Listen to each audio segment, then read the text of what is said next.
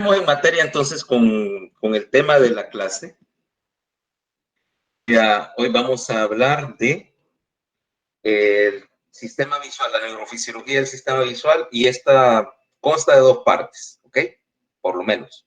La primera parte que vamos a ver es con respecto al sistema visual antes de llegar a la corteza, o sea, entre el ojo y la corteza, y luego vamos a la neurofisiología cortical de la visión, que ese es un tema entero. ¿Okay? ¿Cómo está el audio y video? Se ve bien y se escucha bien, doctor. Ok, sí, está bien. Repito, la grabación la hacen ustedes. Ahorita está tratando de jugar con esa cosa y más bien me arruinó las grabaciones que hacía para neuroanatomía. Entonces, el sistema visual lo vamos a analizar, decía, en dos partes. Primero veamos la parte óptica. ¿Okay? O sea, la primera cosa que tenemos que considerar es el ojo en términos ópticos, o sea, la parte de lentes y cámaras, si así lo quieren. Y si nosotros vemos el primer problema que tenemos con la cuestión de la visión es utilizar el ojo, decíamos, para generar y enfocar una imagen. Básicamente, aplicamos aquí dos principios. El principio de que la refracción de un rayo de luz, si se acuerdan de la física del colegio, nosotros tenemos refracción cuando tenemos un medio óptico donde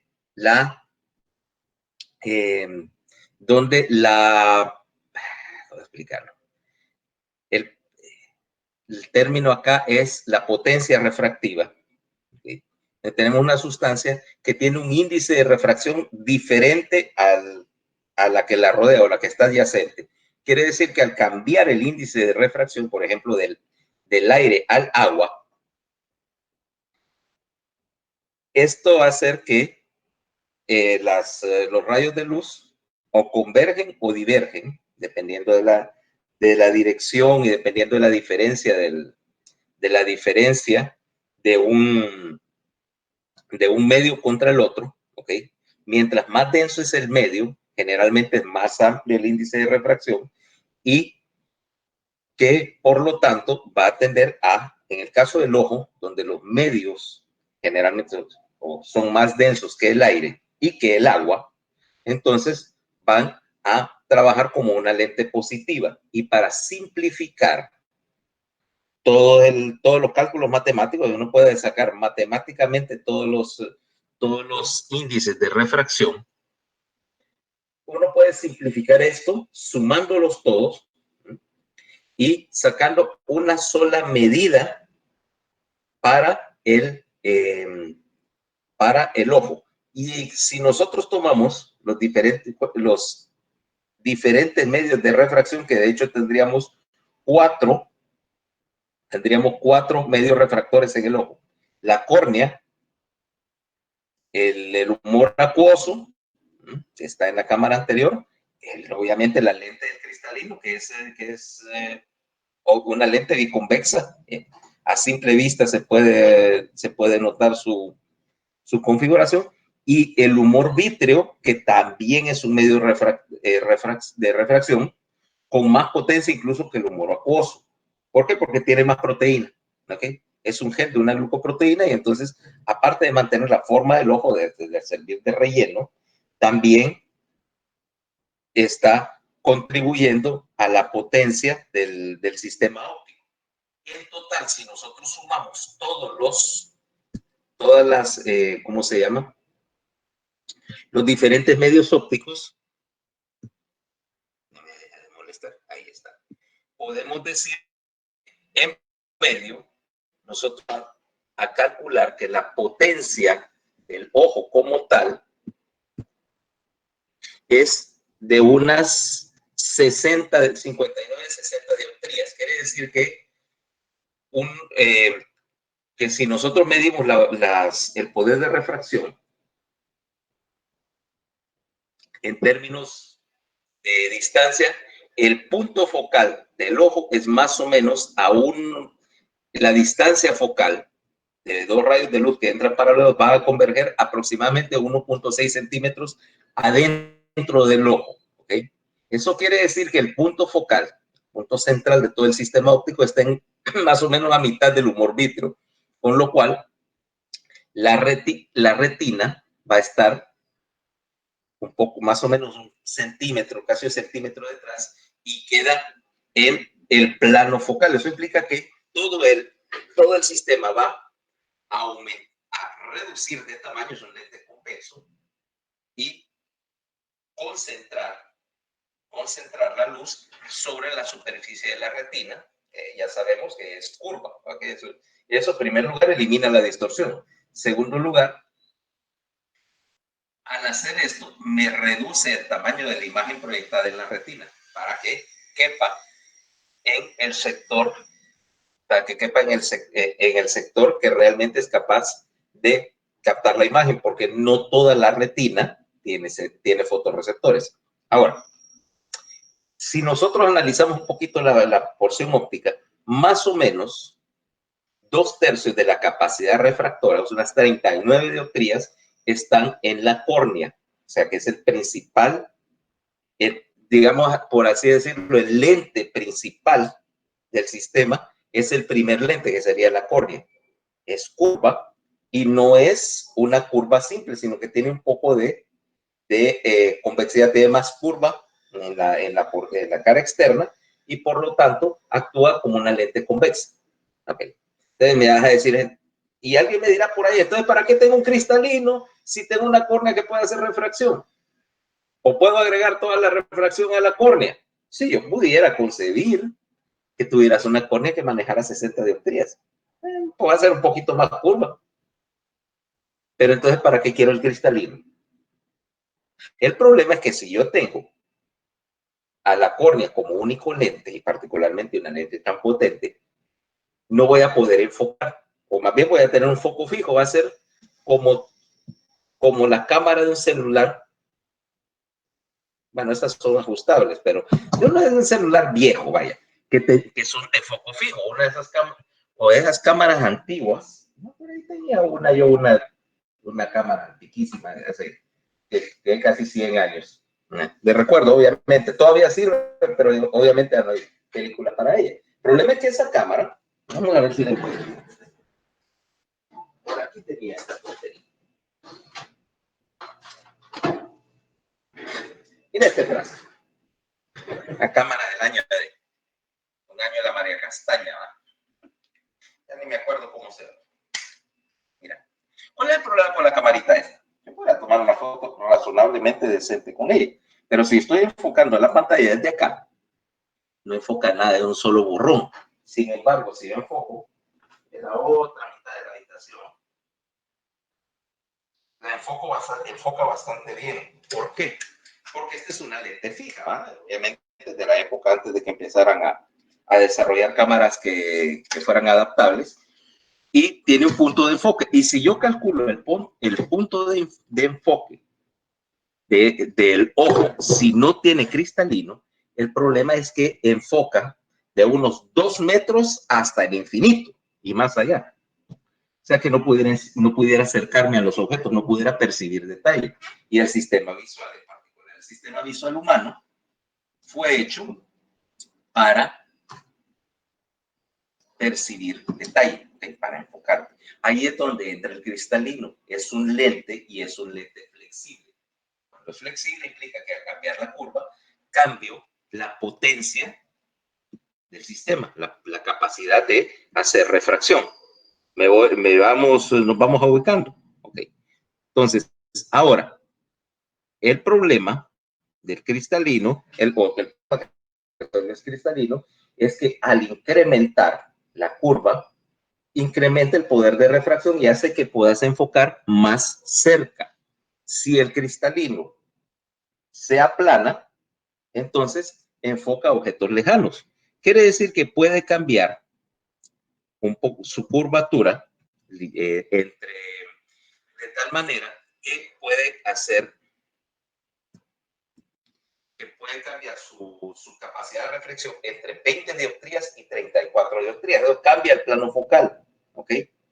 Y si entonces la capacidad que tiene este cristalino para cambiar el enfoque es lo que llamamos el poder de acomodación. Y el poder de acomodación del cristalino es de alrededor de 14 dioptrías. Esto me permite, si mi cristalino está en perfectas condiciones, o sea, está joven, puedo enfocarme a 15, 20 centímetros de la superficie y aún así enfocar correctamente.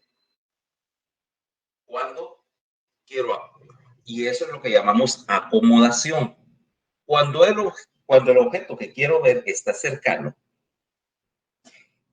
el cristalino aumenta su curvatura, obviamente controlado por una serie de señales que vamos a ver al final del sistema de acomodación, el sistema de control de los movimientos oculares. Aumenta su curvatura, hace que el plano focal se desplace hacia adelante y por lo tanto cambia el enfoque, cambia la convergencia de la luz en la retina y cambia el enfoque. Pero si el cristalino, el músculo, se relaja o el cristalino se aplana, perdón, sí, se aplana, entonces reduce su potencia de refracción, la mayor parte del enfoque se está haciendo en la córnea y puedo ver objetos que están lejanos. De hecho, eso es una cosa que a todos ustedes les va a pasar. En algún momento, pasado los 40, ese cristalino, que básicamente es un lente biológico, es hecho de proteína, con la edad la proteína se va endureciendo, por lo tanto ese cristalino se vuelve rígido y ya no puede aumentar su curvatura. Se queda endurecido en una posición que favorece la visión lejana. Y es la causa de lo que llamamos presbiopía, que ya la incapacidad de acomodar a objetos cercanos. Y entonces es cuando uno viene, y entonces cuando uno ya viene, alguien iba a preguntar algo. Yo, doctor, Dime. y es que quería preguntar si el mismo caso se aplicaba para cuando esta era temprana, si se debía a que se endurecía por alguna otra razón o era otra razón Sí, adyacente. hay cosas que te endurecen el cristalino antes de tiempo. Notablemente la diabetes. Los diabéticos hacen presbiopía y endurecen el cristalino tempranamente porque literalmente se cristaliza. Porque las cantidades altas de glucosa circulante te van a hacer rígidas las proteínas del cristalino. Y lo que te digo de los 40 es una medida promedio, ¿va? Hay gente que tiene 90 años, hay viejitas de 90 años que todavía pueden bordar sin anteojos y su cristalino funciona. Hay gente que también, como vos decís, aceleradamente, ya a los 40 ya están utilizando lentes para leer porque su cristalino se endureció más rápido. La biología nunca es absoluta. La biología nunca es una cosa de decir a tal edad y que forzosamente a tal edad. Por lo menos no fuera de la infancia temprana. Pero eventualmente a todos nos va a pasar que el cristalino se va a endurecer y vas a terminar usando lentes para leer o bifocales o algo parecido. Porque sencillamente perdés capacidad de acomodación. No perdés potencia óptica en el sentido de que el ojo todavía es capaz de enfocar. Incluso el ojo más viejo o el ojo más miope tiene un punto de enfoque, porque las leyes de la física te dicen que va a enfocar en algún lado. Que a dónde es el punto de enfoque es el problema, ¿ok?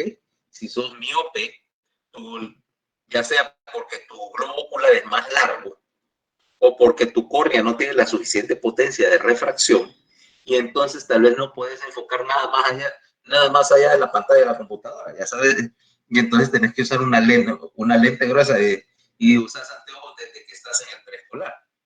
Y ya sabes que eso a qué conlleva, ¿eh? Básicamente, yo uso anteojos de los 6 o 7 años. Y eso conlleva a que yo pasara la mitad mitad de mi preescolar yo lo pasé en la oficina de la directora, porque si quería violencia de mi parte, decía, solo tenías que decirme 4 ojos, ¿va?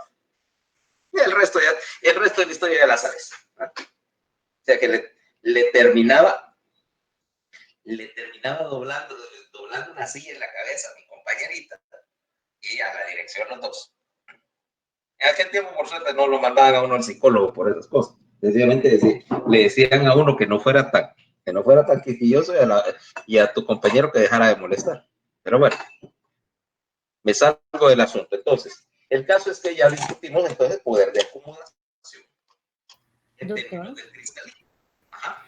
¿Y hay alguna manera en la que uno puede prevenir o que deje de ser el cristalino tan elástico, que uno puede prolongar esa elasticidad del cristalino, o es un proceso natural? Es un proceso natural, es parte del envejecimiento. O sea, hay cosas que te van a pasar. Te vas a arrugar porque dejas de producir colágeno o producir menos colágeno. Se te va a endurecer el cristalino porque las proteínas del cristalino eventualmente se envejecen. Y como ese cristalino se formó durante la formación del ojo y esa proteína realmente no es recambiable, eventualmente a todo el mundo se le va a endurecer. O sea que prevenirlo. Te voy a decir, si yo te doy alguna idea, te voy a decir que es una cosa muy general. Obviamente evitar. La única cosa que sí te diría que te va a endurecer el cristalino, es más, te lo va a dañar, y que puedes evitar consistentemente la exposición a la luz ultravioleta. ¿Ok? Importante, por ejemplo, en este país, donde la cantidad de radiación ultravioleta es tremenda al mediodía, estamos en el trópico, y entonces ahí que se te recomienda que uses algún tipo de tinte o anteojo, no necesariamente muy oscuro, pero que sí bloquee la luz ultravioleta. Tus anteojos de prescripción, casi todos, por lo menos los nuevos, ya deben tener un bloqueador ultravioleta. Y si no usas anteojos, yo recomendaría a la gente que tuviera algún tipo de, no sé, de anteojos oscuros, si andan afuera al mediodía, para evitar no solo la presbiopia, sino porque eventualmente aquí la cantidad de radiación ultravioleta es tan grande que te favorece que hagas cataratas. O sea, que no solamente la proteína se endurezca, sino que se ponga opaca. Y si te das cuenta los daños que hace el ultravioleta aquí, anda a ver, por ejemplo, qué sé yo, las luces de tu carro, plásticos, cómo se ponen amarillos y tostados de tanto estar allá afuera parqueados en el sol. Bueno, tu cristalino es un poquito más resistente que un pedazo de plástico, pero eventualmente se daña. Acordate que vamos a partir de un principio básico de fisiología, ya que estamos hablando de eso. Aquí hablamos de tu organismo que estaba garantizado para funcionar bien desde unos 30 a 35 años. Ese es tú. Era la expectativa de vida promedio, en condiciones naturales. Tus ancestros que vivían en cuevas podían esperar una edad promedio, una sobrevida de unos 35 años. Fíjate que incluso eso persistió por mucho tiempo, no solo en la era de las cavernas, incluso hasta mitad del siglo XIX, más o menos, hasta la Revolución Industrial. La expectativa de vida promedio no había llegado a los 45 años. Y vos ves algunas cosas que son interesantes, perdón.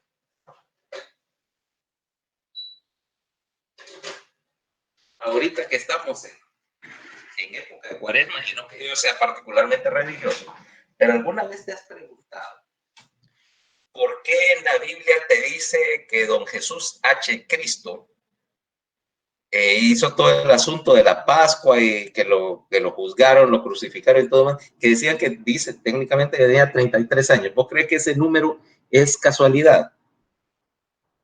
Acordate que lo que está en la Biblia no es que tenés que tragártelo literalmente, no, a menos que seas de esos fundamentalistas de allá de Utah, ¿va?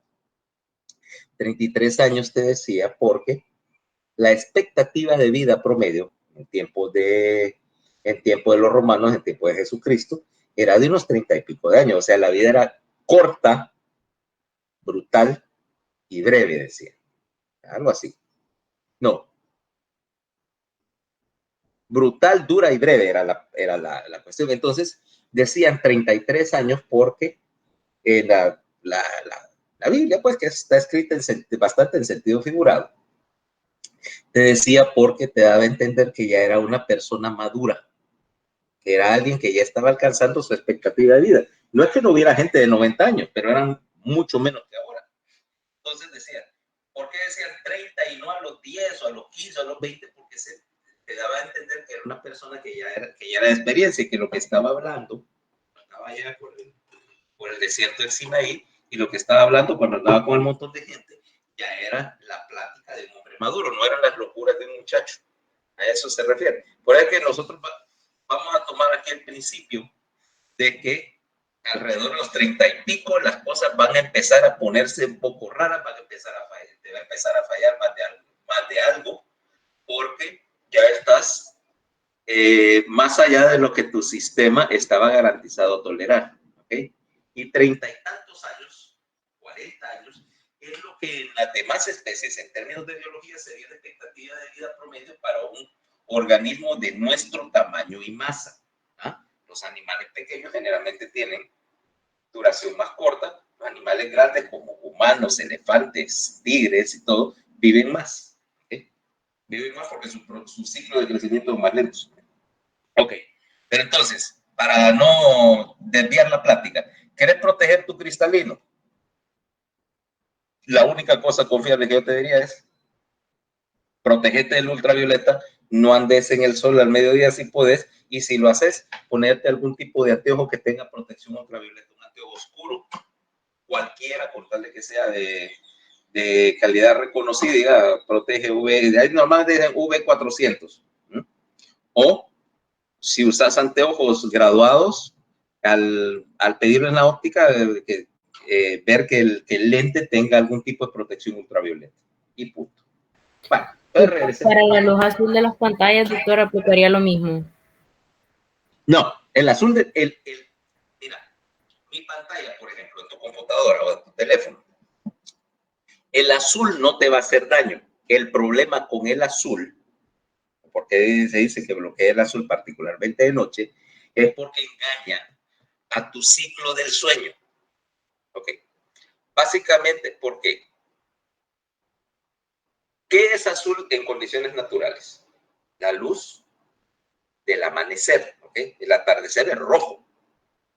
Entonces, cuando yo tengo, ya no sé, estoy en la habitación, me voy a dormir a las 12 de la noche, apago todo, pero queda la lucecita azul del aire acondicionado, ya sabes, para que está marcando la temperatura o que esté encendido, o la lucecita azul de tu computadora o de tu televisor, así una lucecita azul que sencillamente te dice que está conectado a la corriente, ya sabes cuál es. Ahora, el problema es que tu sistema visual es bien sensible a él. Entonces, mientras estás durmiendo o pretendes dormir, realmente todavía estás captando un poco de luz azul que se filtra bien fácil a través de los párpados. Hay un poco de claridad. Y eso engaña a tu sistema, eso engaña al epitálamo. Estás recibiendo información de luz y le estás dando a entender al epitálamo que tenés un amanecer que dura toda la noche. Por lo tanto, sigues secretando melatonina, seguís secretando un mediador que te dice que es horas de luz de sol, que deberías estar despierta y que por lo tanto la idea es que el epitálamo vaya a tender a despertarte. Entonces, resultado, no terminaste de entrar en un sueño profundo y a la mañana vas a tener los efectos como que no hubieras dormido. Por eso es que la luz esa azul de la pantalla de la computadora es tan problemática. Ahorita, que son las 9 de la mañana, la pantalla azul no es incongruente, se parece al color de la luz externa, ¿va? Pero si estás estudiando a las 12, 1 de la mañana, y mejor aún, estás en una habitación oscura, estás, qué sé yo, viendo películas en la computadora con una luz azul que le hace creer a tu epitálamo que son las 7 de la mañana, 6, 7 de la mañana, cuando realmente has estado todo el día, son las 11 de la noche, esa disfunción te va a causar problemas de sueño. De visuales no, porque estas pantallas LED, la pantalla de tu teléfono, no genera ultravioleta. ¿Ok?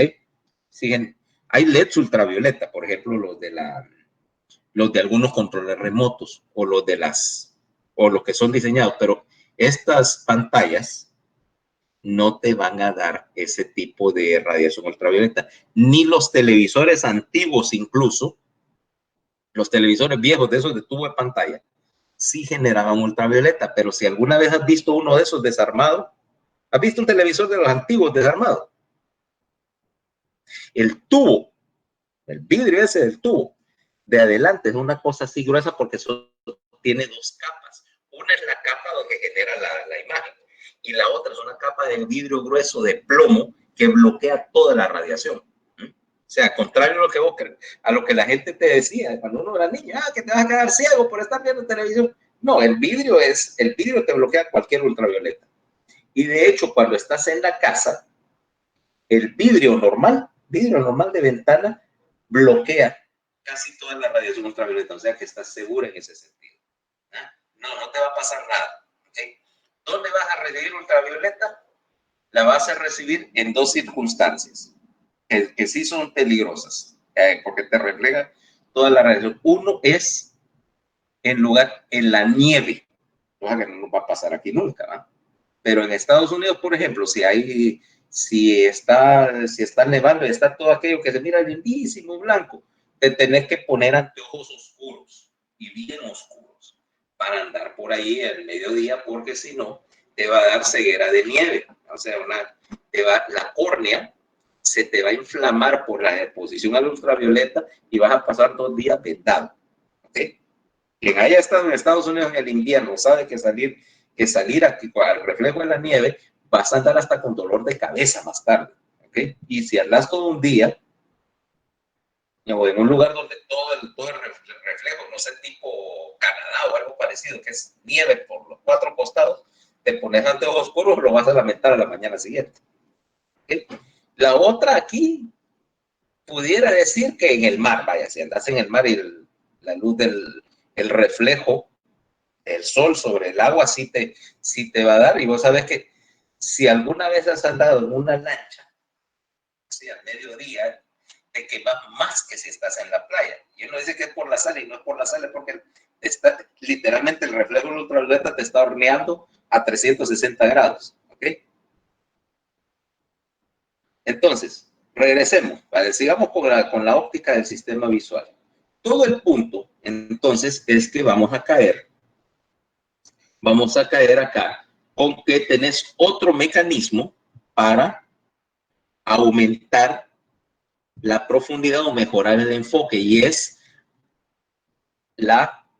a través de la pupila. Cuando hay una ley en óptica que dice que mientras más pequeño está el agujerito a través del cual estás pasando la luz, aumentas lo que se llama la profundidad de campo. ¿Qué me refiero con esto? Mira, esta cámara antigua solamente tiene un lente aquí, una cortinita para exponer a la película a la luz, pero el lente solo es ese pedacito de vidrio, de vidrio, que ves ahí. Es un lente simple, ¿ok? Tanto que incluso yo la puedo desarmar y no pasa nada. Ya lo he hecho para limpiar y restaurar. Entonces, su profundidad de campo es fija. Pero si yo le hago una cámara más moderna,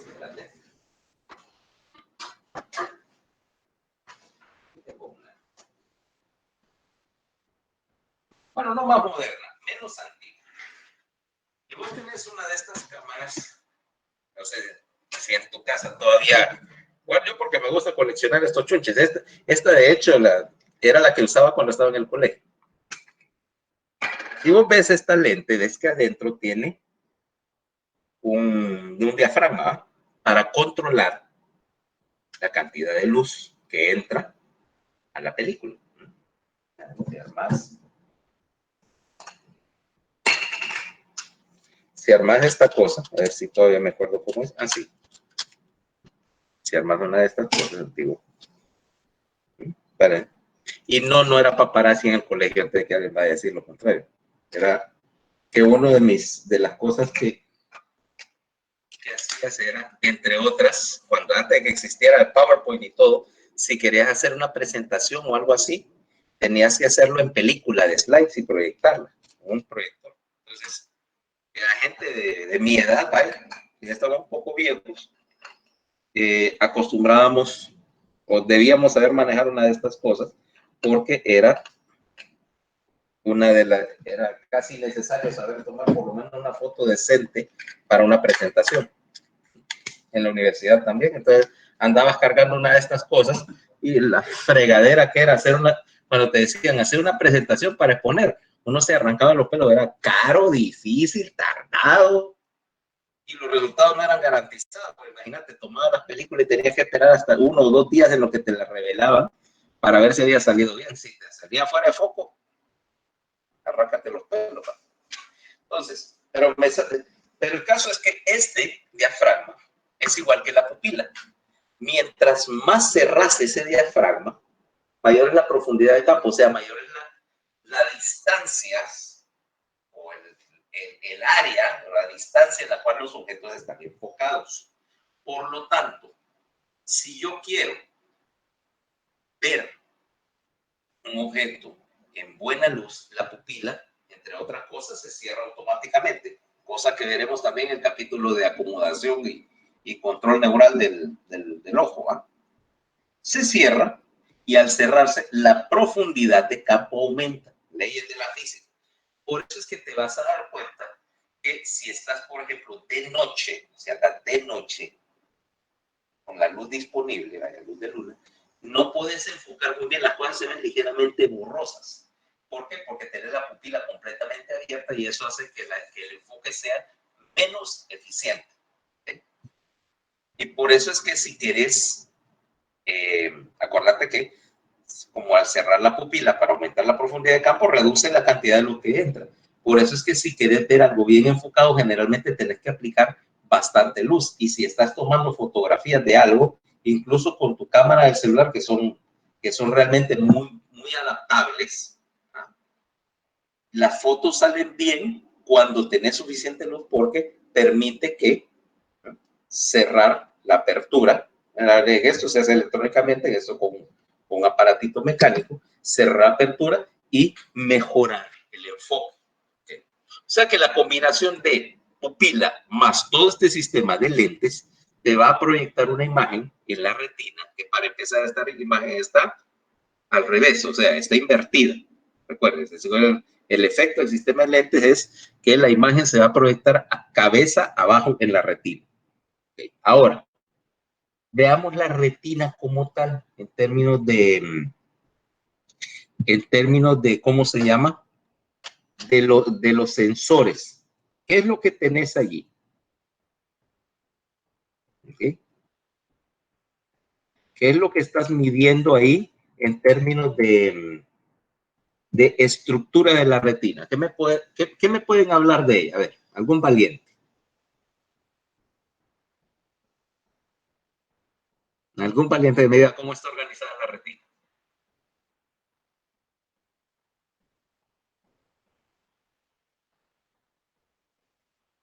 Hola.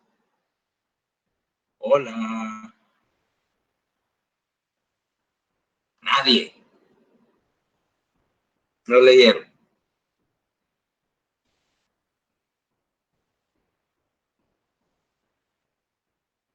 No leyeron porque es 15 de febrero y anoche fue un día largo,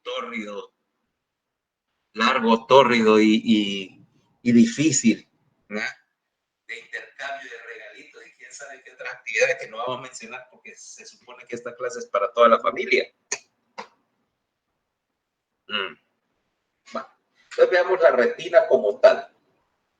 Ahora, una vez que ya llegamos a esta capa, vamos a ver, la retina es una estructura donde no solamente vas a detectar luz, sino que decíamos en algún momento que el procesamiento de imágenes va a empezar en la retina porque hay una circuitería asociada en las capas de la retina, y que cuando las señales llegan a la última capa, la capa ganglionar, para formar ya las fibras que constituyen el nervio óptico, ya parte de la señal fue filtrada. Empecemos por ver. Estructura de varias capas. De hecho, hay 10 capas ahí en la retina, ¿no?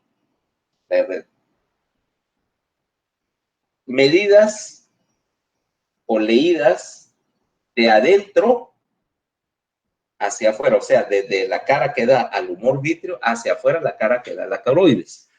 La penúltima capa, porque la última capa es la membrana limitante externa, que es una capa de proteína. La capa más externa es donde están los fotorreceptores, y empecemos por ahí.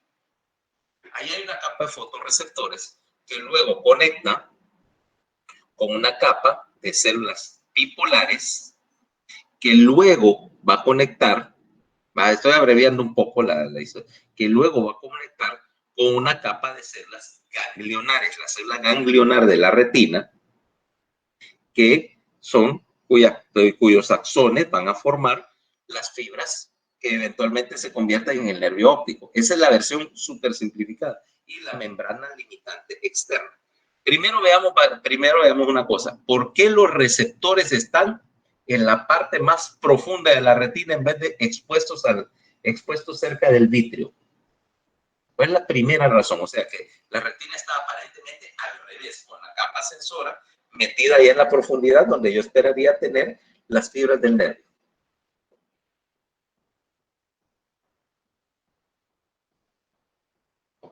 ¿Qué me puedes decir?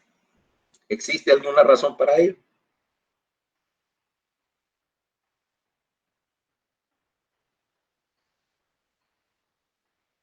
Ni idea. Problema con estos fotorreceptores es que son metabólicamente superactivos, y la nutrición o el aporte de oxígeno a los fotorreceptores es crítico. O sea, son más dependientes incluso que la neurona, si así lo querés, en términos de aporte de oxígeno. Si vos estás hipóxico, una de las primeras cosas que vas a ver es que tu visión se empieza a degradar porque los fotorreceptores no reciben suficiente oxígeno para seguir trabajando. Bien difícil de explicar, porque la única manera de explicártelo, que sería peligroso, es, subirte en un avión, subirte a 18,000 pies. A esa altura vos necesitas oxígeno ya. ¿Okay? Sin oxígeno. ¿Okay? Y lo primero que te darías cuenta, aparte del enlentecimiento mental, la única percepción que vos tenés es que los colores se ponen como desvanecidos, como todo se va, o cuando le bajas la intensidad del color al televisor, que todo se va poniendo medio blanco y negro. ¿Okay? Porque tus fotorreceptores están empezando a disfuncionar. Te ponen oxígeno y de repente todo se ilumina y se pone brilloso. No es una cosa a la cual estarías muy expuesto, pero la hipoxia para bien rápido a los conos y bastones. Entonces, como están en la capa más externa, están adyacentes al paquete, al plexo de vasos sanguíneos que te están nutriendo la retina. Y esas células son las que reciben preferencialmente la mayor cantidad de oxígeno. Por lo tanto, van a estar hacia la capa más externa. Ok, ahora, ya que entramos ahí, en esa retina, veamos la arquitectura de la retina. ¿Qué es lo que sucede? En la capa, como decíamos, tenemos la membrana externa que básicamente es una membrana de soporte y que tiene pigmento, tiene melanina, para evitar que los reflejos, que las reflexiones de luz hagan imágenes parásitas, que te deslumbre cualquier luz. Entonces la última capa es, decíamos, capa pigmentaria. Ahí viene la capa de los conos y bastones, Y estos conos y bastones, que son los dos fotorreceptores, te van a ocupar dos estratos en la retina, dos capas.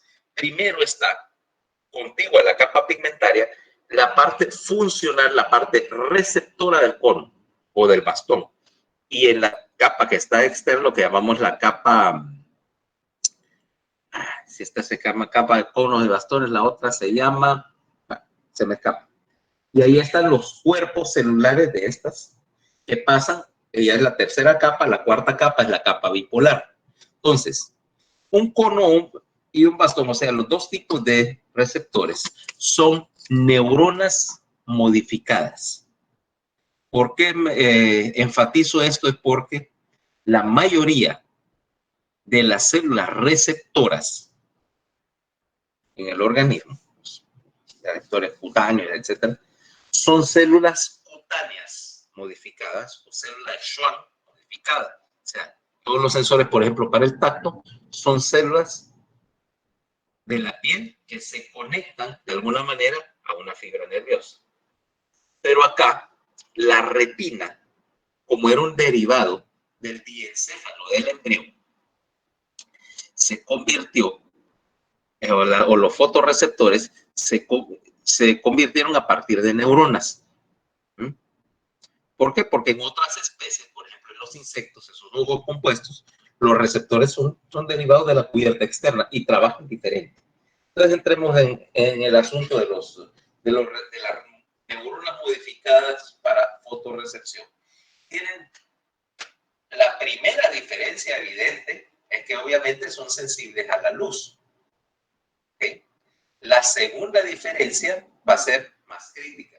Normalmente las neuronas típicas disparan, decían según la ley de todo o nada, o sea, o disparan y se despolarizan completamente o no se despolarizan. Los bastones y los conos no trabajan así, sino que van a trabajar de tal manera que mientras mayor sea la cantidad de luz que entra, mayor es la diferencia de voltaje que tienen. O sea, trabajan en un sentido análogo con una respuesta que depende de la cantidad de luz que les entre. Así yo puedo percibir el brillo midiendo la cantidad o el voltaje que está generando cada uno de estos receptores. Ahora, si nosotros vemos un cono, voy a ver si encuentro la ilustración por acá y el texto.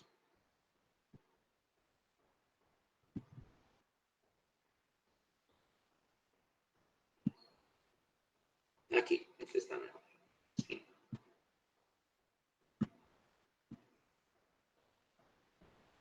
Voy a proyectar una imagen del libro. Ahí.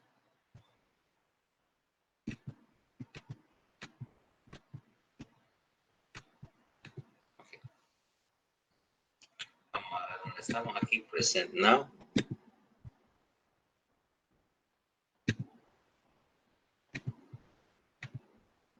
Ahí se ve la imagen, ¿eh? De los conos y los bastones. ¿Se ve? Estoy conectado. Sí se ve. Okay. Ok. Bueno, así rápido para chepeado de gaito, pero da igual. A la izquierda tienen ¿cómo se llama? Un bastón. Ese que está ahí, el recto, es un bastón. Si te das cuenta, dice segmento externo e interno. El segmento externo es el que está hacia afuera, o sea, hacia la coroides. Y ahí tenés que dice estratos membranosos revestidos de rodopsina. Esos son sitios donde la membrana se pliega sobre sí mismo y al estar plegada en los pliegues está lleno de una molécula llamada rodopsina. Es un pigmento, es una proteína. Es una proteína unido a un derivado de vitamina A que es sensible a la luz. Y luego, en el segmento interno, tendrás un montón de mitocondrias. Fíjate que te lo enfatizan porque los receptores son sumamente consumidores de glucosa, como te dije. y de oxígeno. De ahí el cuerpo, el núcleo está en una capa, movido detrás de la membrana limitante, como te dije. La capa de conos y bastones, o más bien los conos y bastones ocupaban dos capas. La capa más externa, que es esta, donde están los segmentos sensibles a la luz, y luego el núcleo y el cuerpo sináptico, o el equivalente cuerpo sináptico es en lo que se convirtió el axón, ¿ok? Y este va a hacer conexión con con una célula bipolar. A la derecha ves la diferencia de los segmentos externos de los bastones. A la izquierda ves que es una estructura más o menos cilíndrica, y el cono, que básicamente tiene la misma estructura, lo único que con una forma cónica. Ahora, en el sistema de visión de los humanos,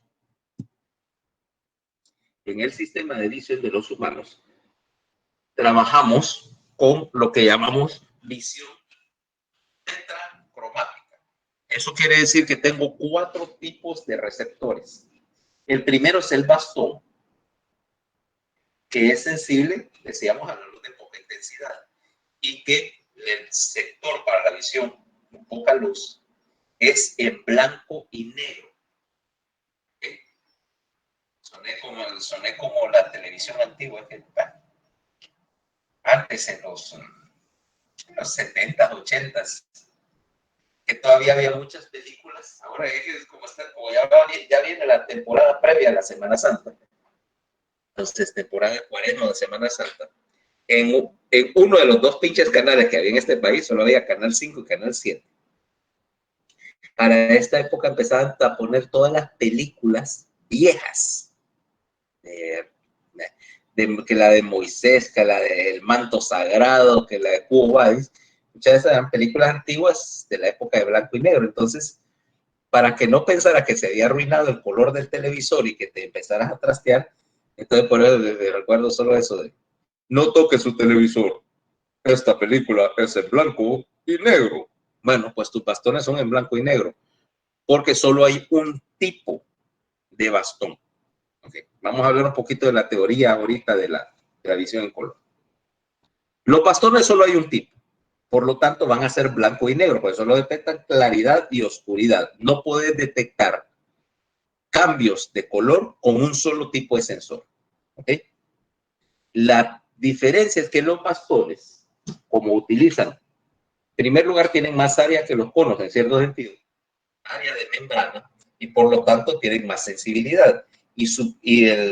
La proteína, la opsina, que en este caso se llama rodopsina, es más sensible, o la molécula es más inestable, porque todo el asunto deriva de ello, y reacciona con menos cantidad de luz. Ahora, eso es sistema de los bastones, sistema para ver en poca luz. Pero en condiciones de luz brillante, suficientemente brillante que puede estimularlo, entonces ves con el sistema de los conos. Ahora, ¿alguna vez has oído hablar de que los perros solo ven en blanco y negro?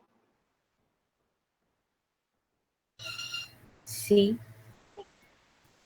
No. Ven en color. Lo que pasa es que ven un espectro de color diferente del nuestro, más limitado. ¿Okay? Los perros sí pueden percibir colores como el rojo y el amarillo, parte de claridad y oscuridad, pero no pueden ver el verde. Los perros son ciegos al verde y al azul. Entonces ven el mundo en tonos de rojo y amarillo, porque acuérdate, descienden de los lobos. Básicamente son lobos que se hicieron haraganes, y en vez de buscar su comida honestamente, se fueron a pedir lo que les sobraba a uno. Ahora, como descienden los lobos que eran cazadores, a un lobo le interesa un animal de tono, ese es un venadito que es rojo o café, verlo en rojo contra el fondo de hojas que sería gris, sería oscuro. los notas. Entonces, los perros, por ejemplo, son un caso. Ellos son visión bicromática, solo perciben, solo tienen dos tipos de conos. ¿Ok? Tono y los dos conos están bien cercanos en términos del color que perciben. ¿Ok? Por lo tanto, se quedan en el área del rojo y ven las cosas como rojizas. Pero no es que no ven color, ven menos colores. Ahora, vamos al caso de los humanos. Los humanos somos tetracromáticos.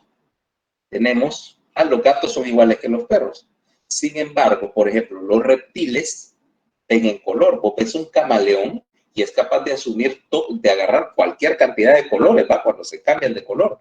Si no vieran un color, no lo podrían distinguir. No podrían adaptarse a ese color. ¿Okay? Entonces, no tiene que ver con el hecho de pertenecer a una especie a otra, depende de la adaptación. Los humanos somos tetracromáticos porque tenemos, aparte de los bastones, tenemos 3 tipos de conos.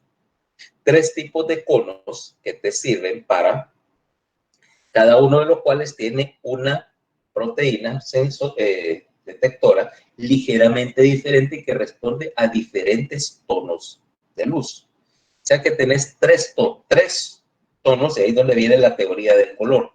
Nosotros trabajamos, o nuestro sistema visual trabaja con lo que llamamos teoría aditiva del color. O sea que la suma de diferentes intensidades, de diferentes bandas en el espectro luminoso, la suma de ellos nos va a dar todos los colores, ¿no?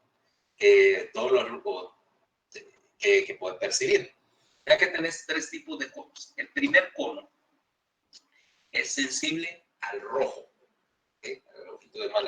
Al rojo, es más específicamente a un rojo parecido a las luces de los carros de bomberos. De hecho, fíjate que o a las luces de los semáforos, ese tono de rojo. Aquí vamos a ser más claros y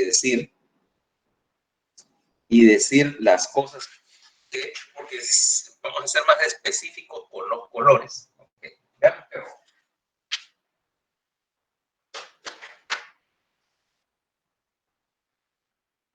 Insignia red.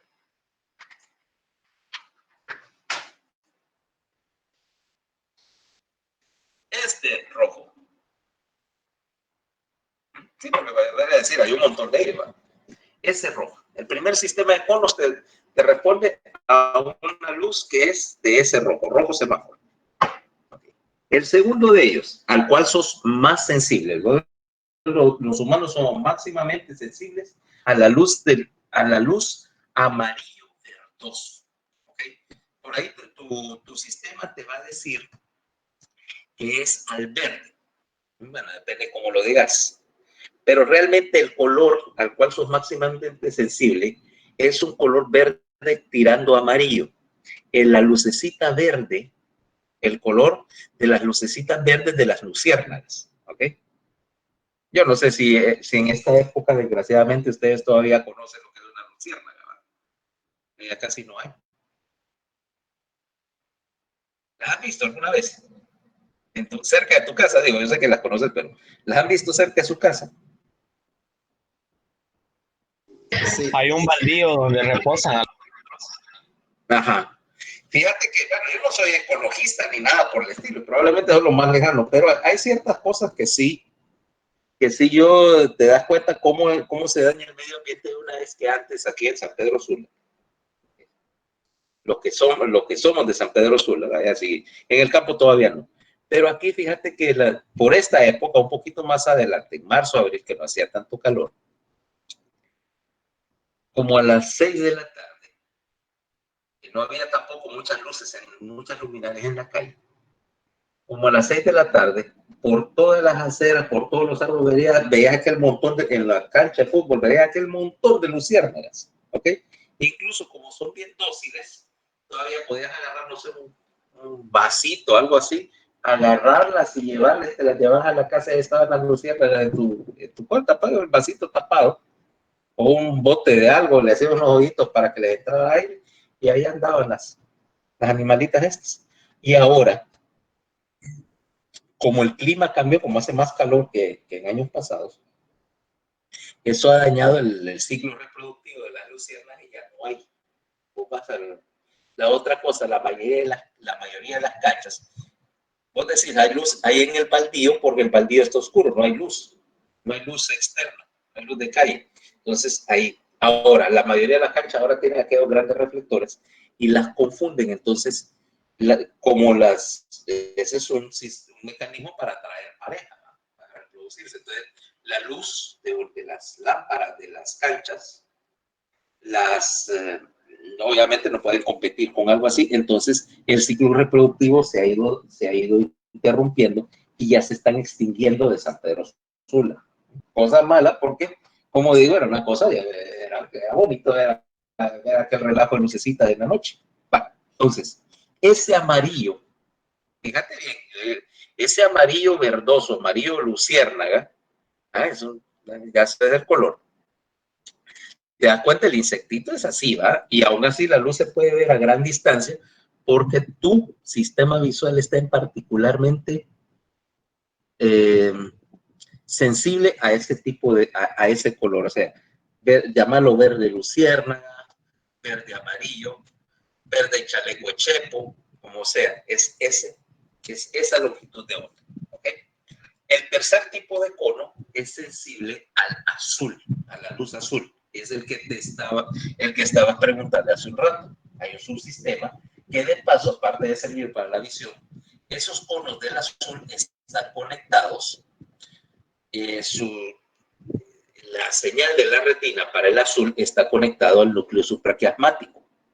No sé, hablaron de epitálamo en las clases de neuroanatomía, pero yo veo que eso tiene más baches que la carretera de aquí a Tela. ¿Hablaron de los núcleos supraquiasmáticos?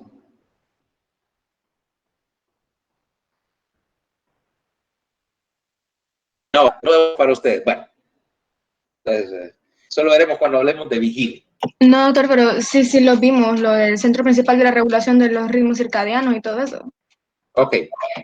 Entonces, recuérdense que hay una conexión que va del núcleo supraquiasmático, o sea, vamos a ser más correctos, de la retina al núcleo supraquiasmático, unas fibras que no sirven para percibir imagen, son colaterales para el núcleo, solo para el núcleo, para detectar la cantidad promedio de luz azul. Y de ahí, de un tracto, va por un tracto, se llama el tracto de la avénula, del núcleo supraquiasmático a los núcleos de la avénula que están en las esquinitas del tercer ventrículo, y de los núcleos de la avénula, es el mismo tracto de la avénula, continúa para terminar en el cuerpo pineal. ¿Okay? Entonces, esa señal viene solo de esa familia de conos. Ahora, estos tres conos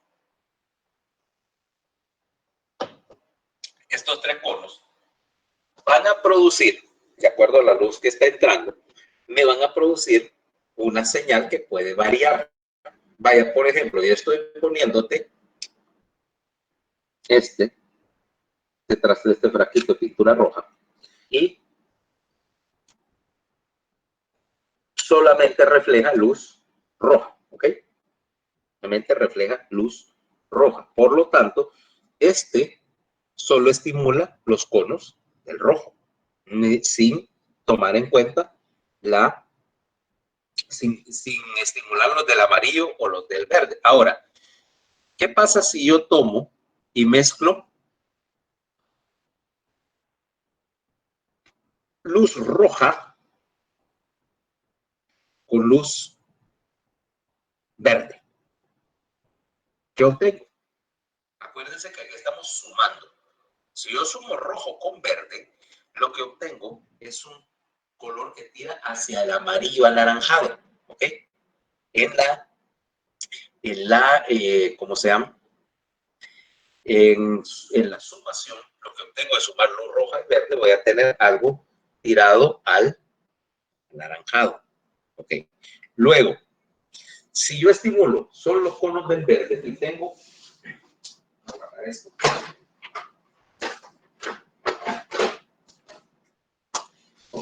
Estimulo los conos del verde, solo los del verde, no voy a estimular ni el azul. O sea, estoy en el centro del espectro, que sería como esa luz de una luciérnaga, y obtendrías un color parecido al de esos marcadores de manchar libros.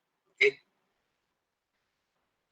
Y de ahí, bueno, la luz azul, y de hecho, mientras más te alejas en el espectro, más corta es la longitud de onda, terminarías tirando con una luz que es de un color morado. Más allá de ello, prácticamente caes en el ultravioleta. Ok. Y ahora es donde te digo, por ejemplo, que nosotros no somos, decimos, vemos todos los colores. No vemos todos los colores. Hay especies que ven más colores que nosotros. Por ejemplo, vas a ver una abeja o un colibrí. Los colibríes ven ultravioleta.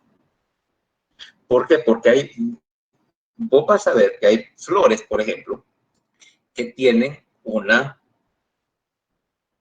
se ven blancas para nosotros. Mira, una flor blanca. Pero si lo vieras en el ultravioleta, te das cuenta que al iluminarlo con una luz negra, tiene unas franjitas, unas marquitas que apuntan hacia el centro. Es como quien dice, para acá, para acá. Los colibríes la ven, o las abejas lo ven, y saben que ahí es donde está el néctar de la flor, ¿va? O el polen, del cual se alimentan.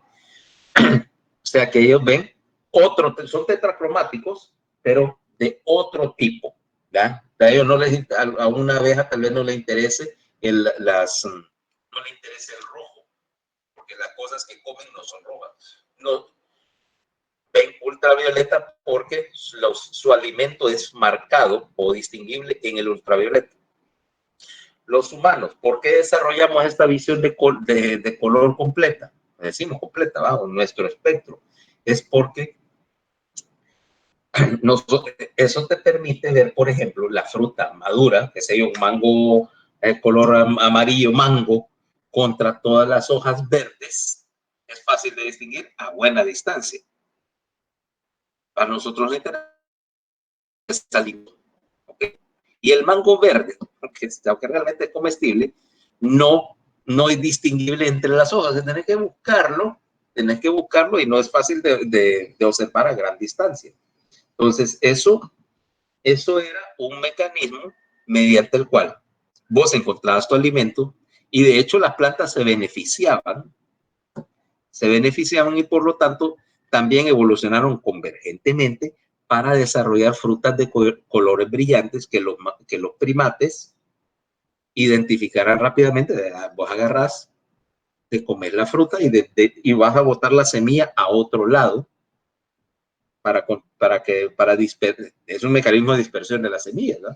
Te comes la fruta y vas a dispersar la semilla a otro lado, generalmente acompañada de una buena dosis de abono. Entonces, por eso el sistema visual humano que capta los colores que capta, o sea, no es casualidad. Y los colores que nosotros vemos, lo que nuestro sistema visual es capaz de detectar, no son necesariamente los colores que otras especies ven. No quiere decir que sea más o menos útil, sencillamente cada especie evolucionó su sistema de color para lo que le convenía.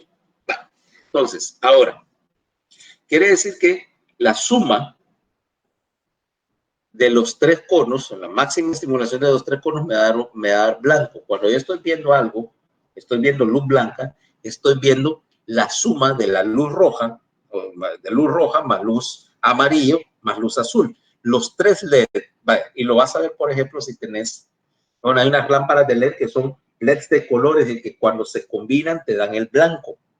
Es la misma idea, porque está estimulando todos los conos a la vez. Cuando estimulas todos los conos a la vez, tenés blanco. Cuando no estimulas ninguno, obviamente tenés oscuridad. Y cuando estimulas uno y el otro, entonces ¿cómo se llama? Uno o el otro, va a ser rojo y verde, o rojo y azul, o amarillo y azul. Entonces tener los diferentes colores, ¿ok? Vaya, por ejemplo, y por lo tanto vas a ver alguna cosa cuando veas teoría del color que te dice, por ejemplo, que el color café no existe. Porque de hecho el café solo es la interpretación que hace tu sistema visual de lo que es realmente un anaranjado o un color rojizo que es más oscuro que el entorno, pero no existe luz café. ¿Okay? Esa es la excepción. El café es realmente una cuestión de interpretación. Y por eso cuando agarras pintura café y le echas pintura blanca, no vas a obtener un café más claro, se te va a tirar a rosado. ¿Okay? Pregúntame cómo lo sé. Me va a decir, mira que se quiere un café más claro. Ok, tenía un color como beige. Ok, mira, mezclar la pintura para pintarla acá. Echarle blanco para que se aclare y te queda rosado. No, que eso es color rosado, chanchito. No, eso no es así, porque te ignorabas ese hecho básico. Ahora, para no alargar, para no variar demasiado, veamos cómo trabaja un cono o un bastón. ¿Qué podrías decirme acerca de la reacción química acá? Y entonces voy a poner otra imagen.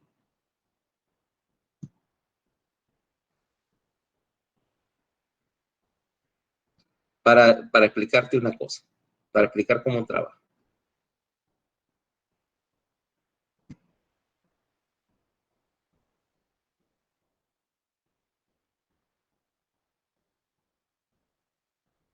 Empecemos por el bastón, que es mucho más sencillo. Ahí está. Voy a presentar otra imagen, ¿cómo se llama? Vilmente robada de Don Gaito.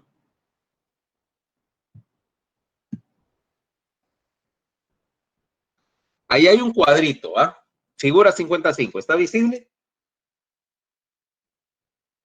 Sí. Sí, doctor. ¿Qué es lo que tenés? Fíjate que dice rodopsina. Rodopsina. La rodopsina es una proteína. Una proteína que realmente es un compuesto de dos cosas. La primera es la parte proteínica, ¿ok? Que es una opsina, en este caso, es lo que llamamos escotopsina, ¿ok? Más una sustancia llamada 11-cis-retinal. El 11-cis-retinal es un derivado de la vitamina A, ¿ok? Repito, es un derivado de vitamina A. Cuando vos juntas escotopsina más 11-cis-retinal, eso es un proceso dependiente, de energía, ¿ok? Dependiente de energía. Gastas energía para unir esos dos. Entonces, cuando lo juntas vas a formar la forma activa del pigmento, que es rodopsina, ¿ya? Esta rodopsina tiene una particularidad. Esa unión entre la escotopsina y el 11-cis-retinal es una unión súper inestable, ¿ok? Más inestable, qué sé yo, que el matrimonio de dos youtubers. Vale. Y por lo tanto, lo único que necesitas para romper esa unión es un poco de luz. Cuando entra una luz, acordate que la membrana del bastón está bien arrugada, está plegada así en una serie de láminas que se sobreimponen. Esas láminas, el espacio entre las láminas está lleno de estas moléculas de rodopsina que, como te dije, son inestables. Cuando necesariamente una cierta cantidad de energía, o sea, un fotón va a entrar en contacto con estas, ¿cómo se llama?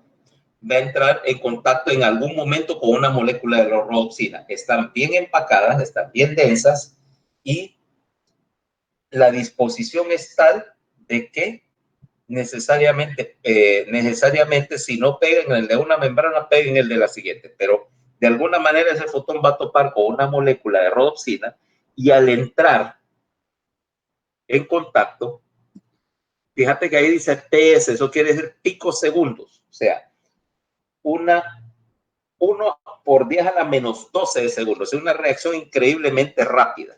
Va a cambiar a patorrodopsina, ¿ok? Que es un estado intermedio.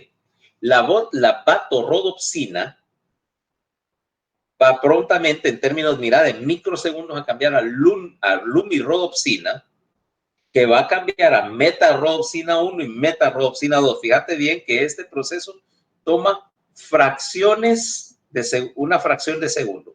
Pero además, cuando hace esto, cuando estimula la vatorrodopsina, el paso que dice a vatorrodopsina, lumirodopsina, metarrodopsina 1 y 2, al final de eso, ves que hace que la molécula inestable se vuelva a romper en escotopsina y retinal. En este punto donde se rompe de metarrodopsina 2 a partirse en sus dos mitades componentes, libera energía. La energía que estaba en ese enlace de la rodopsina se libera, ¿ok? Y esta energía, al liberarse, va a generar una diferencia de corriente en la membrana del receptor. ¿Me van siguiendo? Sí, doctor. Ok. Quiere decir que el propósito básico es que tenés rodopsina inestable que está esperando. En cuanto la toque la luz, va a hacer una pequeña reacción en cadena. ¿Ok? Y esa reacción en cadena me va a producir dos cosas. Va a hacer que la molécula de rodopsina se descomponga, decíamos, en escotopsina más retinal y liberar la energía que a su vez va a generar una diferencia de carga. O sea, es una señal eléctrica que va a actuar como un mecanismo parecido a la despolarización, pero en un sentido análogo. O sea, depende de la cantidad de luz, va a depender la cantidad de corriente que se esté generando. Ahora, el retinal, si te das cuenta del todo transretinal, es intercambiable por una serie de reacciones. Primero ahí tenés vitamina A, que es transretinol. Ajá. Ahora, de retinol a retinal, ¿okay? De un alcohol a un aldehído, la teoría de química te dice que puedes intercambiar entre uno y otro. Es lo que se llama tautomerización. Tenés una enzima que te permite, que te facilita esta reacción que de por sí es natural. Ahora, tenés otras enzimas que llaman isomerasas. Las isomerasas me cambian uno de los enlaces dobles ahí de trans a cis, o sea, cambia la conformación porque la forma activa es la forma cis. Quiere decir que convertís ahora transretinal, fíjate, transretinal, y aquí liberaste la energía y lo convertiste a trans. Otra vez pasas por la isomerasa, lo convertís a un cis-retinal y lo volvés a unir con la escotopsina. O sea que esta unión y separación entre el retinal y la escotopsina es reversible y es reciclable. Vos no estás produciendo pigmento nuevo, solo estás uniendo y desconectando estos dos para fabricar rodopsina. ¿Okay? Y que el proceso de unión de escotopsina a cis-retinal almacena energía, porque gastas energía en producirlo, que luego liberas cuando es estimulado por la luz. O sea, tenés, como dice, una forma cargada que está esperando solamente un estímulo de luz para liberar esa energía. ¿Ok? Doctor. Ahora, sí. Entonces, básicamente podemos decir que es la luz la que hace que la rodopsina se descomponga en opsina y en el aldehído de la vitamina A, ¿verdad? Exactamente. Pero exactamente. Esta se tiene que regenerar durante la noche, porque si la activa la luz, en algún momento tiene que... No, la está regenerando continuamente. Ahora viene el asunto. Normalmente estamos en el bastón. Mira lo que sucede. Fíjate que ahí te dice que el tiempo de regeneración de la rodopsina es de unos minutos. Quiere decir que cuando vos la descompusiste, toma un par de minutos volver a generar suficiente para volver a transmitir. Normalmente tenés suficiente para trabajar en condiciones de poca luz. ¿Qué es lo que sucede? No tenés que regenerarla durante la noche. Yo estoy regenerando mi rodopsina y estoy activando los bastones, por ejemplo, ahorita, si salgo al patio y si mis bastones están trabajando, mi rodopsina se está formando. Lo que pasa es que, como es bien sensible a la luz, toma minutos en hacerla y millonésimas de segundo, fracciones de segundo en deshacerlo. ¿Qué es lo que sucede en el día? Que estás agotando tu rodopsina, estás consumiéndolo más rápidamente de lo que le estás produciendo y por lo tanto se te va a acabar. ¿Ok? Si yo no estoy expuesto a la luz intensa, vaya, te vas, por ejemplo, a guardar a una habitación que es cerrada. Hagamos esa prueba. Venís y te encerrás en el closet. Por favor, no lo hagas si están tus padres cerca, porque van a pensar que tanta fisiología te está dañando y te cambian a mercadotecnia en la católica. ¿Ok? Pero si yo me encierro en una habitación sin ventana, así tipo plan cueva, durante unos minutos, vaya, 5 o 10 minutos, y luego salgo a la luz, ya reproduje mi rodopsina, me voy a deslumbrar por un momento, pero luego quemo toda la rodopsina otra vez y volvería de nuevo. Bueno, pongámoslo así, mejor hagamos esta prueba de noche. Es de noche, corre tus cortinas, apaga todas las luces. Apaga todas las luces y espera una media hora a formar suficiente rodopsina y luego salí sin encender ninguna luz. Te vas a dar cuenta que como ya produciste suficiente para andar ahí de noche, puedes andar sin encender ninguna luz. Te adaptaste a la oscuridad. La adaptación a la oscuridad básicamente es que tenés suficiente pigmento para ver. Ahora, si yo vengo, no sé, hago eso, me despierto a las 2 de la mañana, está oscuro, ya produje rodopsina, no encendí la luz y puedo andar por la casa sin necesidad de encender algo, pero me acerco a la refrigeradora para sacar un vaso de agua y la luz de la refrigeradora es suficiente para consumir toda la rodopsina. Resultado, al cerrar la puerta, estoy otra vez desadaptado al universo, a la oscuridad y no veo nada. ¿Ok? Pasarán unos minutos y vuelvo a regenerar la rodopsina y vuelvo a ser capaz de ver de noche. Ahora me entendiste cuál es la idea. Lo mismo lo puedo hacer a cualquier hora del día, porque esto es independiente de la hora del ciclo circadiano. Sencillamente depende de a qué ritmo estás produciendo y consumiendo tu rodopsina y la unión al cirretinal. ¿Okay? Doctor, pero entonces, si es independiente del ciclo circadiano, entonces tampoco tiene nada que ver con nuestra actividad física, nada por el estilo. No, para nada. Y tengo una pregunta. Como esto tiene una descomposición vitamínica, que es el retinal, ¿qué pasa si tenemos un déficit vitamínico? Ceguera nocturna, deficiencia de vitamina A. ¿Okay? Fíjate bien que necesitas vitamina A en forma de retinol, ¿okay? Que es la versión que es... Hay diferentes formas de vitamina A.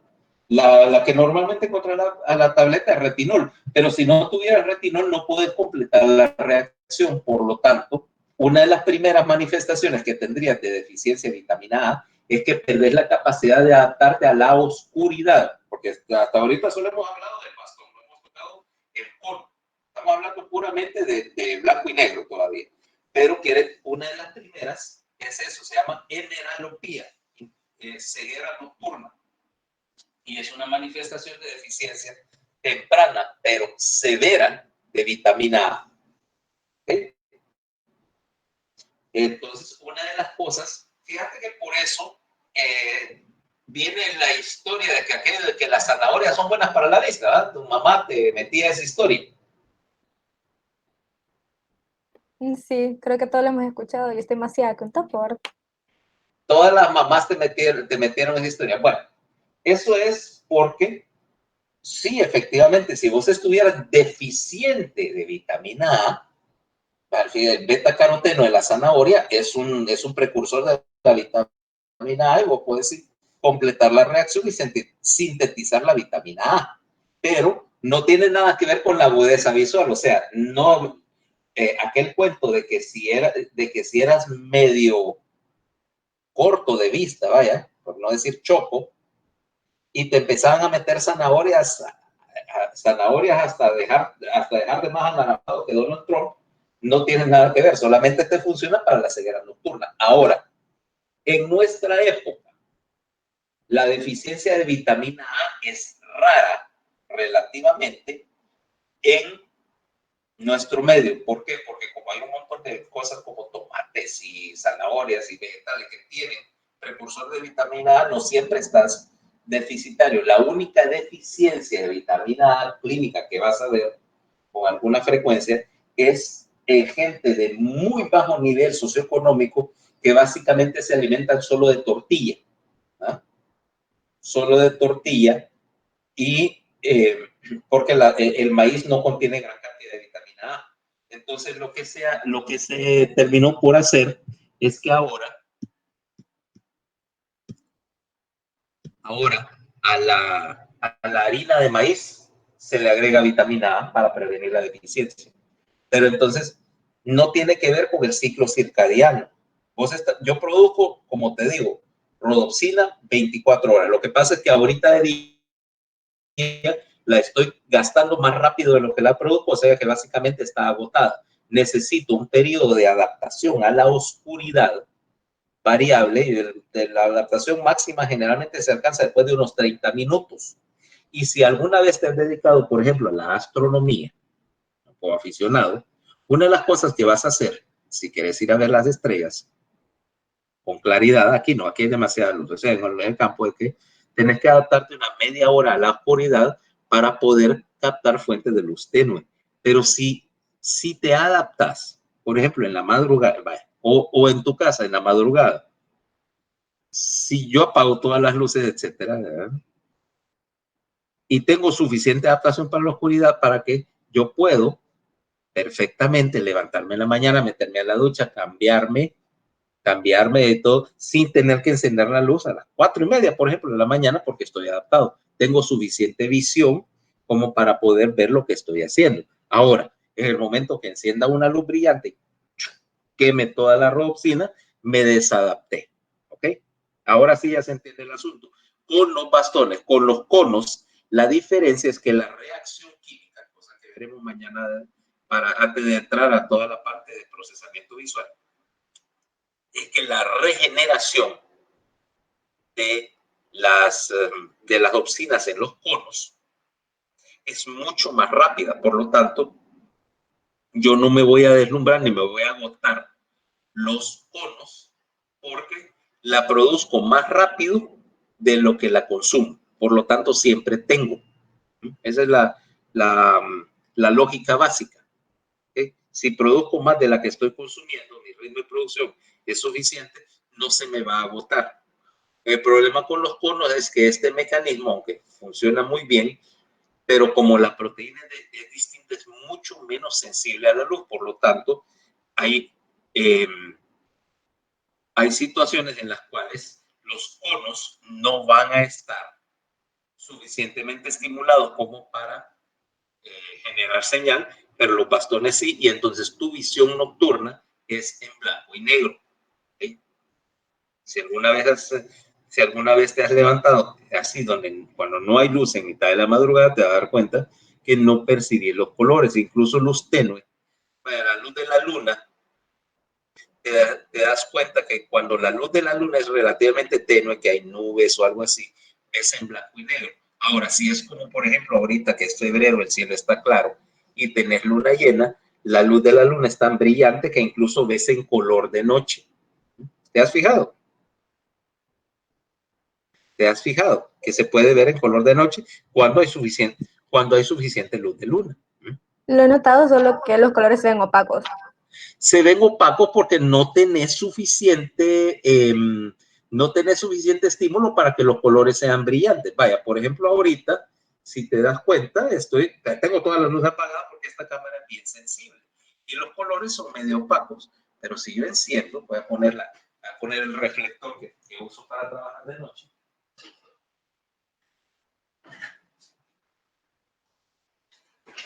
Mira ahora la diferencia, qué tan vivo o qué tanto la camisa que antes parecía casi negra de un solo color, mira ahora que ya le puse una cantidad suficiente de luz, ves que el tono cambió, que es mucho más brillante, porque ya hay suficiente luz para estimular a la cámara y secundariamente a tu sistema visual. Mira ahora la diferencia al tapar el reflector. Mira la diferencia. Es como esta camisa que parecía casi negra, es realmente es un azul oscuro. ¿Ok? Entonces, por eso, voy a quitar la luz. Por eso es que los colores se ven desvaridos, pero te das cuenta que ahí hay suficiente luz para estimular los conos, a pesar de que es luz de luna, a la cual uno asocia básicamente con apenas ver. Lo único que sí, cielo claro y noche de invierno, donde el aire es relativamente frío, con poca humedad, y luna llena, que es lo que se llama luna de cazador, por razones evidentes. ¿Okay? Luna de cazador, es por eso, ya tenés suficiente luz para que funcionen tus conos. Ok, bueno, entonces ya son las 10. Mañana vamos a continuar con esto y por favor, van a leer cómo funciona el sistema visual, cómo funciona la retina y cómo funciona el núcleo geniculado, porque mañana la cosa se va a poner un poco más técnica, cómo procesar señal en el núcleo geniculado y mandarlo a la retina sin trabarnos en el intento. ¿Ok? Entonces, nos vemos mañana a las 8. ¿Preguntas antes de irnos?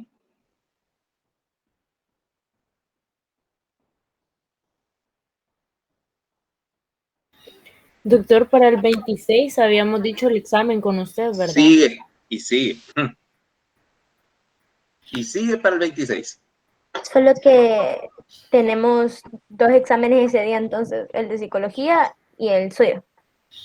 Problema de psicología. Problema de psicología. No son a la misma hora. El examen de psicología, bueno, el examen de fisiología es de 8 a 10, ¿ok? Según lo estipulado en la norma. El de psicología es ¿a qué horas?